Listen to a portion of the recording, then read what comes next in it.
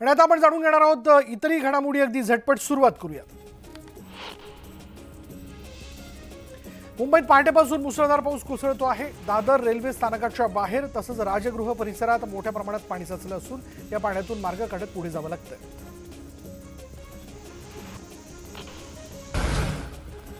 वसई विरारमध्ये पावसानं उसंत घेतलेली असली तरी मुंबईची लाईफलाईन लोकल पकडण्यासाठी प्रवाशांची तुफान गर्दी जी आहे ती झाल्याचं पाहायला मिळतं।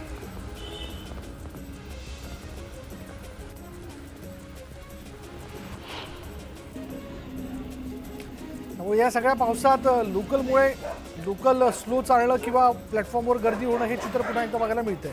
लोकल पकडण्यासाठी प्रवाशांची तुफान गर्दी झाल्याचं बघायला मिळतंय। नालासोपारा स्टेशनवर प्रवाशांची मोठी गर्दी झाल्यानं सकाळच्या वेळेस मुंबईकडे जाणाऱ्या चाकरमान्यांना आपला जीव मुठीत घेऊन विरुद्ध दिशेने रेल्वेमध्ये प्रवास करावा लागतोय।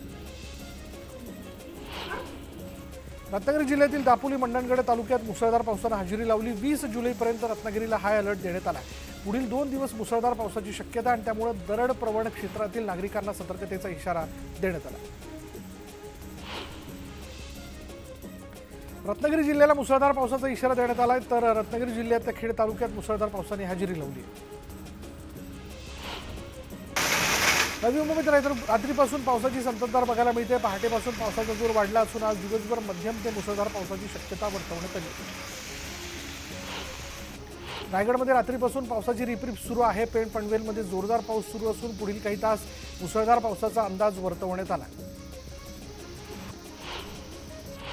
मावळमध्ये समाधानकारक पाऊस झाल्यानं तालुक्यातील 13,500 हेक्टरवर भात पिकाची लागवड सुरू झाली। जुलै महिन्यात झालेल्या पावसामुळे भाताच्या आगारातील मुख्य पीक असणाऱ्या इंद्रायणी तांदळाच्या रोपांना जीवनदान मिळालं। हातनूर धरणात मागील 3 दिवसांपासून मुसळधार पावसानं हजेरी लावल्यानं पाणी पातळीत वाढ झाली आहे। त्यामुळे धरणाचे 12 दरवाजे 1.50 मीटरनं उघडण्यात आले असून तापी नदी पात्रात विसर्ग सुरू आहे। त्यामुळे तापी नदी काठच्या गावांना सतर्कतेचा इशारा देण्यात आला आहे। हातनूर धरण क्षेत्रातील पाण्याचा तापी नदी पात्रात विसर्ग सुरू आहे आणि त्यामुळे यावल तालुक्यातील शेलगाव बरेज मध्यम प्रकल्पात पाण्याची पातळी वाढली। धरणाचे 10 दरवाजे उघडण्यात आल्यानं नागरिकांना खबरदारी घेण्याचं आवाहन करण्यात आलं। सिंधुदुर्ग जिल्ह्यात सुरू असलेल्या पावसामुळे जिल्ह्यातील वेंगुर्ला बेळगाव मार्गावरील होडावडे पूल पाण्याखाली गेला। त्यामुळे मार्गावरील वाहतूक पूर्णपणे ठप्प झाली आहे। यामुळे या मार्गावरील वाहतूक वेंगुर्ले मठ मार्गे सावंतवाडीकडे वळवण्यात आली। ऐन पावसाळ्यात छत्रपती संभाजीनगरात तब्बल 24 तास पाणी पुरवठा बंद करण्यात आला होता। जलवाहिनीच्या दुरुस्तीसह जायकवाडीच्या विद्युत पॅनलमधील बिघाड दूर करण्यासाठी पाणी पुरवठा बंद करण्यात आला होता। यात नागरिकांचे मात्र प्रचंड हाल झाले।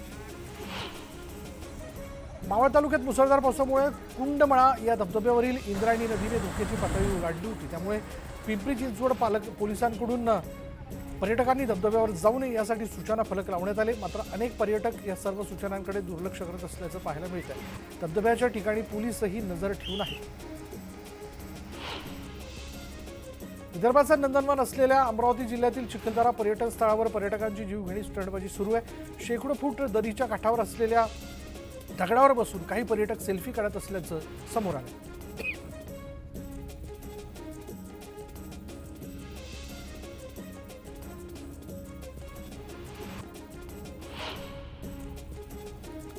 नाशिकमध्ये हुल्लडबाजांचा हैदोस सुरू असल्यानं कायदा सुव्यवस्थेचा प्रश्न निर्माण झालाय आणि नाशिकमधील वॉटरफॉलवर 2 गटांमध्ये फ्रीस्टाईल हाणामारी झाली। याचा व्हिडिओ सोशल मीडियावर व्हायरल झाला। मात्र अद्यापही या प्रकरणी कोणत्याही प्रकारची कारवाई करण्यात आलेली नाही।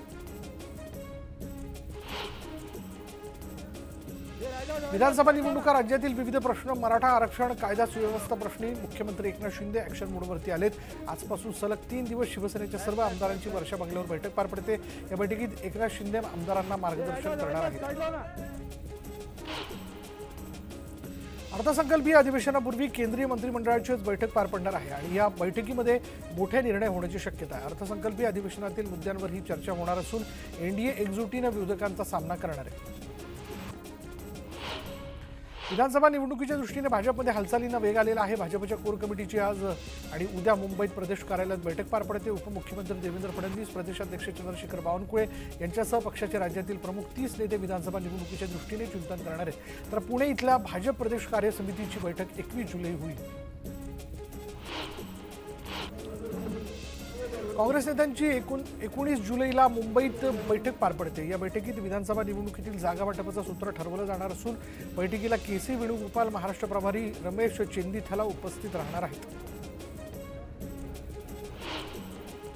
पिंपरी चिंचवडमध्ये पक्षातील पडझड रोखण्यासाठी अजित पवारांनी बोलावलेल्या बैठकीला राष्ट्रवादी काँग्रेसचे माजी आमदार विलास लांडे हे देखील उपस्थित होते। त्यामुळे विलास लांडेंच्या नाराजीच्या चर्चांवर आणि शरद पवार गटात जाण्याच्या चर्चांना तुर्तास पूर्णविराम मिळाला। पुण्यातील ठाकरे गटाच्या पदाधिकाऱ्यांनी आज शिवसेना भवनात बैठक बोलावलेली आहे। पुणे लोकसभा, शिरूर लोकसभा, मावळ आणि बारामती लोकसभेतील पदाधिकारी या बैठकीला उपस्थित राहतील। खासदार संजय राऊत आणि पुणे जिल्ह्याचे संपर्क प्रमुख सचिन अहिर यांच्या नेतृत्वाखाली ही बैठक होणार आहे। विधानसभा निवडणुकांच्या आधीच मराठी भाषेला अभिजात भाषेचा दर्जा मिळण्याची शक्यता आहे। मराठी भाषेला अभिजात दर्जा मिळवण्यासाठी मुख्यमंत्री एकनाथ शिंदे केंद्र सरकारसोबत अंतिम चर्चा करतायत असं सूत्रांकडून कळतंय।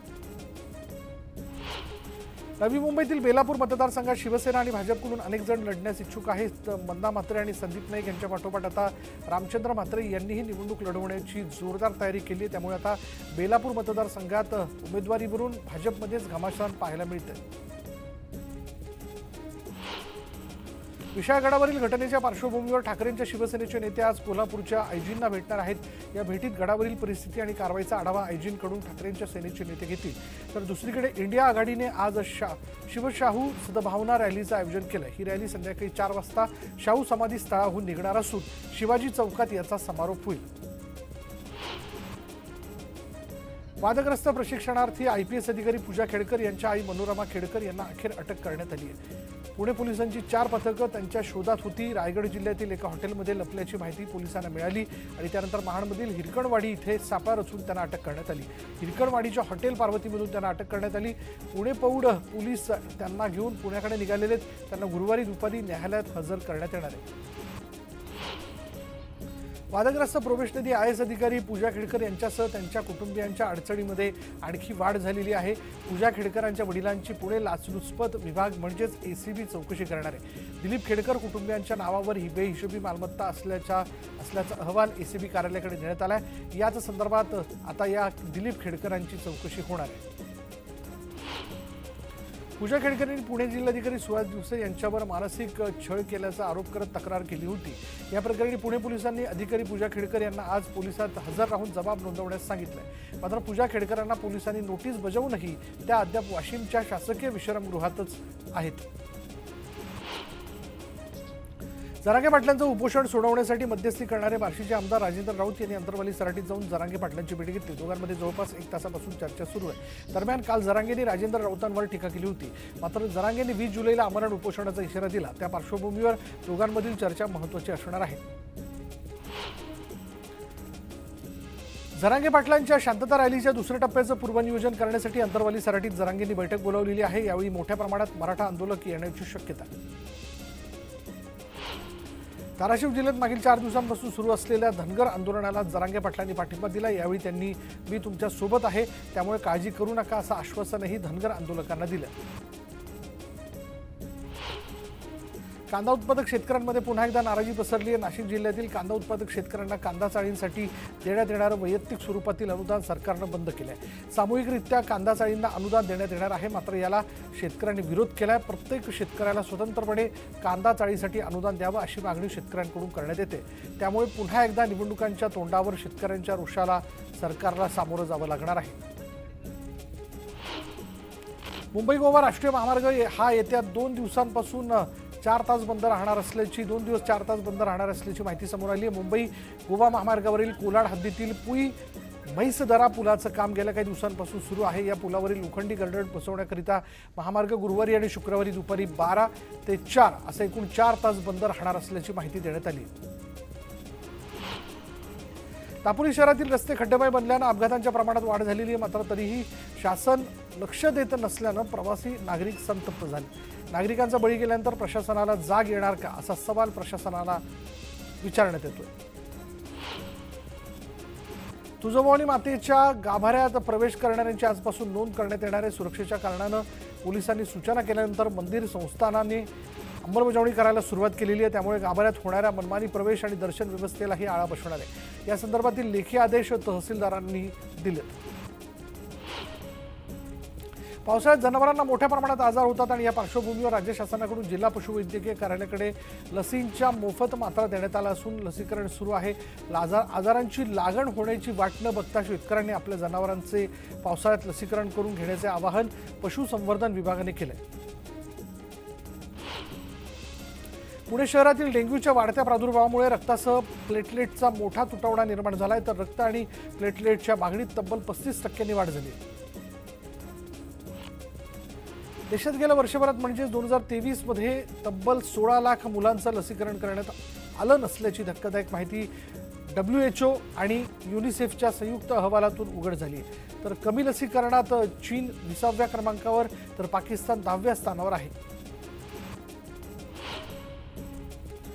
एडिस डासांमुळे होणाऱ्या झिका विषाणूचा पश्चिम महाराष्ट्रात वेगाने प्रसार होत असून रुग्णांची संख्या 28 वर जाऊन पोहोचली आणि या पार्श्वभूमीवर खडबडून जागे झालेल्या आरोग्य विभागाने रुग्ण आढळलेल्या 3 ते 5 किलोमीटर परिसरात स्क्रीनिंग करण्यास सुरुवात केली असून संशयित रुग्णांच्या रक्ताचे नमुने पुण्यातील NIV प्रयोगशाळेत तपासणीसाठी पाठवण्यात येत आहेत।